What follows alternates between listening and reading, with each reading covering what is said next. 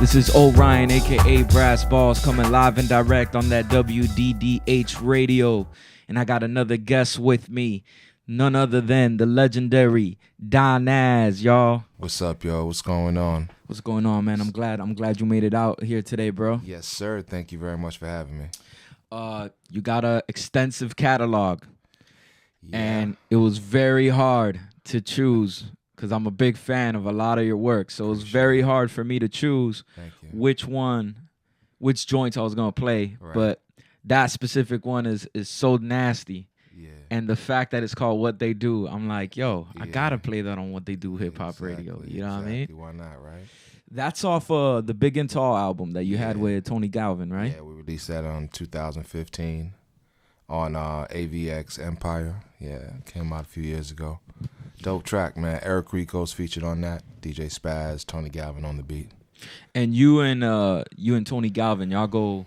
How far back y'all go? And I'd say we've been friends now probably, I would say definitely between 10 and 15 years. I don't know the exact date. My mind's, I smoke too much trees. My mind's gone.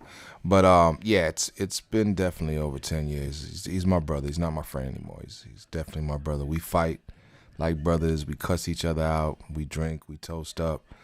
We cry. Everything. Yeah. You know, it's my man.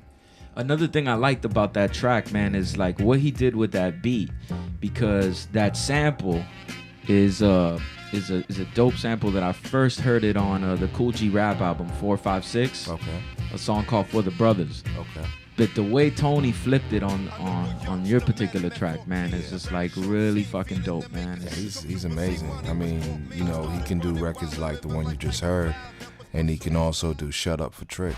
Exactly. You know what I'm saying? Yeah. Like somebody that has that and type the stuff of he did for Trina. Yeah, Baddest Bitch and all of that. I mean, for him to have that dexterity to be able to do hip hop music and then do Dirty South music and, you know, R&B and all the stuff that he's done. Yeah, man, he's amazing.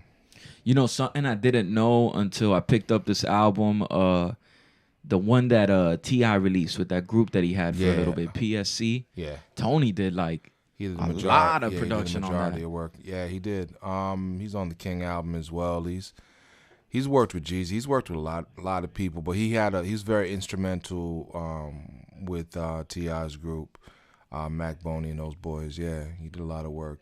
He put a lot of time into that, a lot of sweat.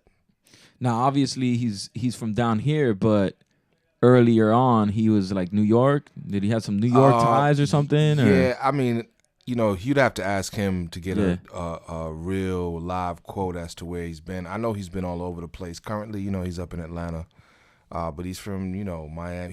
He's born and raised down here, you know, Cutler Ridge area, Perrine area. But he's been in New York. I know he worked with some very notable producers, Tony Dofat and a bunch of people for Puffy and, you know, and that whole crew back in the day up in New York. So Tony's been everywhere, you know. You yourself right now, you got an album that you're about to put out. Yeah, that's dropping. You're putting it out now in 2020. Yeah. Mm-hmm. What's the name of that album? That's called Eye Level. It's Eye Level. Dope. What's the deal with that? What are your plans? How are you gonna roll it out? Well, I mean, we're taking it slow. It's truly an independent release, as you know. Just about everything I do is. So this time I'm taking more of a more administrative role in terms of putting out the records. Usually I give my records to a label, sit back, and they do whatever they do. But when you want the outcome to be a particular way, you got to see through your own vision and work that vision. So we just did a little leak about a week ago of a record called Changes. And the response has been pretty good. I think it's, you know, been played like over 1,000 times, and, you know, it's been shared quite a bit. And I got a nice little email list together to be able to send out to the people that play music like that. So, you know, we're just putting out records, and we'll put out a few singles. We'll do a couple of videos. You'll see commercials. You'll see a lot of different things happening around the release. If you follow my page on Instagram and Facebook and Twitter, you'll know what's going on.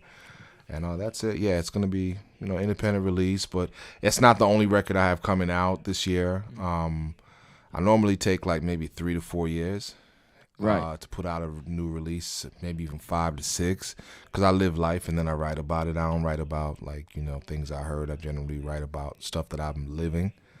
So it takes me a little while. That's what's up, man. And we're going to get into some more stuff. Let's get into this next track. And this one's going to bring back memories, though.